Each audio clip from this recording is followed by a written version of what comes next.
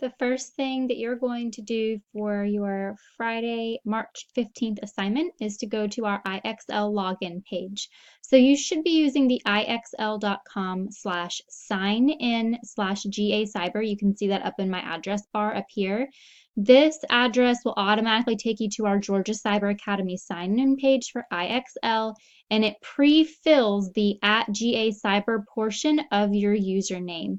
If you're on the regular IXL website, you'll need to make sure that you add @GA Cyber to your username. And then your password should be whatever your password is. For most students, it's the letters IXL and then your student ID.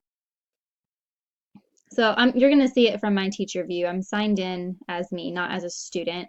But for today's assignment, you're going to go to the Learning tab and then find Algebra 1. So I think they changed the way this page looks. Algebra 1 is right here. And then the session for today is BB12, match quadratic functions and graphs. So you can see that I've put a star next to it for you and it's highlighted. It should be pretty easy to see. So you're going to click on this session and your goal is to try to get a SMART score of a passing grade. That would be a 70 or higher. You need to do a minimum of 20 minutes in this session practicing today to get that score. If you do not put in that amount of time, if you do not answer 10 questions, then I'm not counting your participation grade. This session is asking you to match each quadratic function to its graph. So right here, I've got x squared plus 6x plus 13. And then in the second one, I have negative x squared plus 12x minus 33. And when we have these things worked all the way through, we're going to look for specific pieces that would help us get a hint of what the graph might look like. And I'm going to just look at my two graphs real quick. I see that this one's facing up, and I have a vertex right here at -3, +4.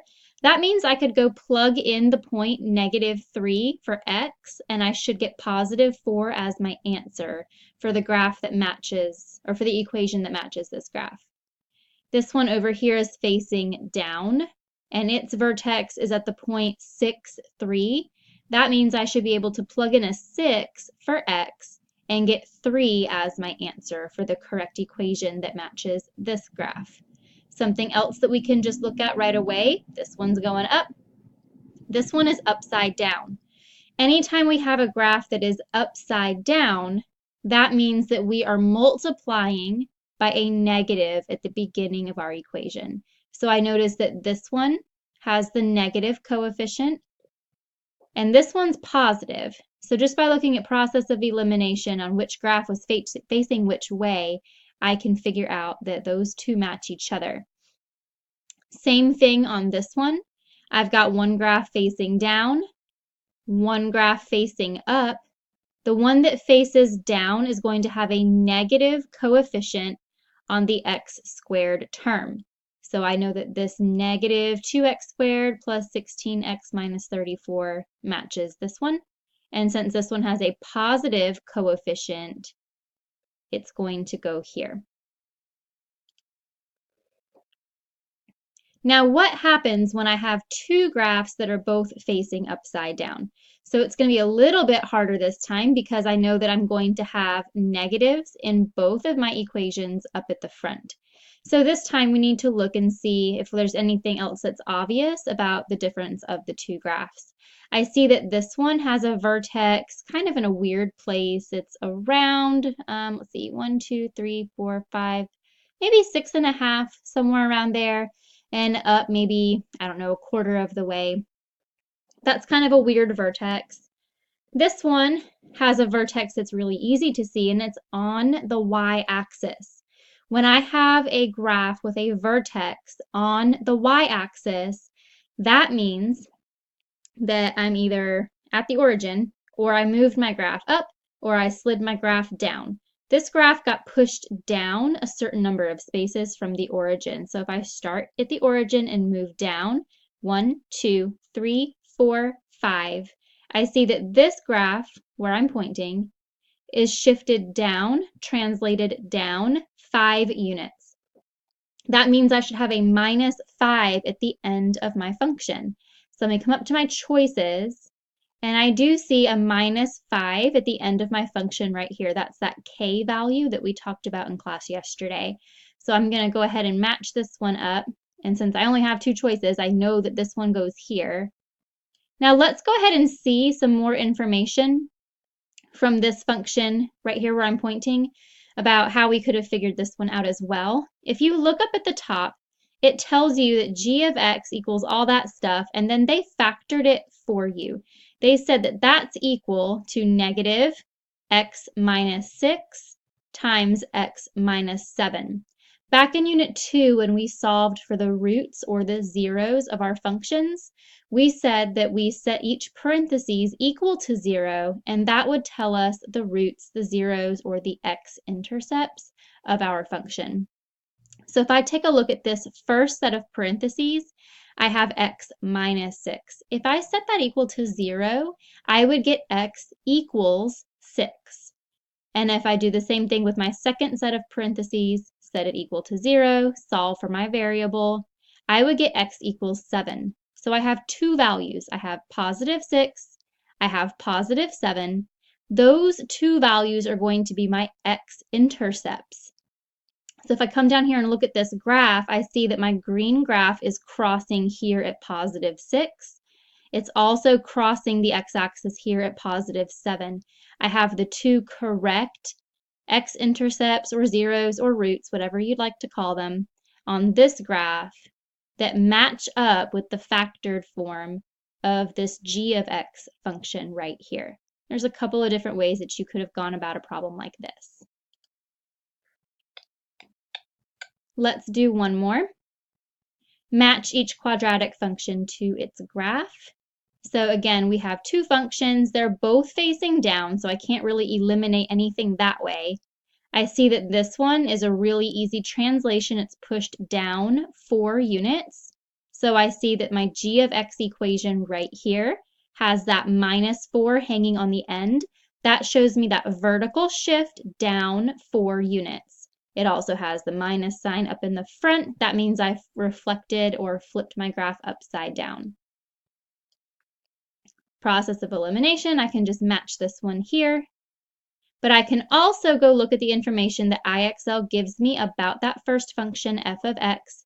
They factored it for us. We have negative 2 times x minus 7 squared.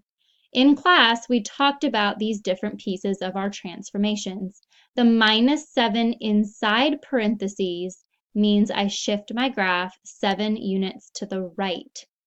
This minus 2 being multiplied up in the front means I'm going to have a vertical stretch, but the negative flips me upside down. So I'm going to stretch the graph, flip it over, and push it to the right 7 spaces. If you look at this graph, the first one right here, I can see that this graph is kind of stretched a little bit differently than this one over here on the right. It's also flipped upside down, and it got pushed over 7 spaces from the origin, and the vertex is right here at the point 70. So that's a little bit of a preview on the way that you would do these types of problems. If it has them factored for you, you can set those values equal to 0, and it will tell you the x-intercepts. So I'll do one more like this one, x minus 3 times x minus 6. I know a positive 3 would fit here, and a positive 6 would fit here to make each of those parentheses equal to 0. That means that my x-intercepts are going to be 3 and 6. The one that matches would be this graph over here where I'm intersecting at 3 and 6. So f of x matches this graph.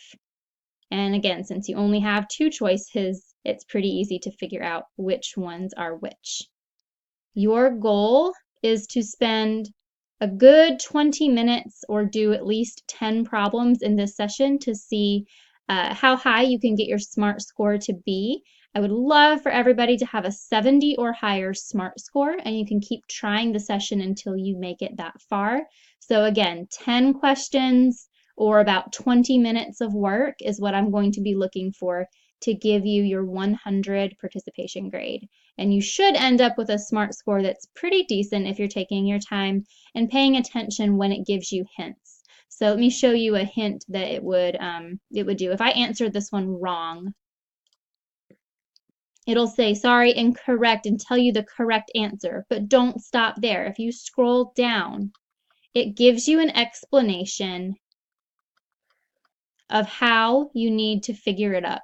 So you need to look at what it tells you to remember, take a look at how it's solving for those x-intercepts like I would mentioned in my explanation, and see how they're matching it to the graph. So please make sure that you're paying attention to the actual explanations. If you are missing the problems, take it as an opportunity to learn from it so that you don't make that mistake again.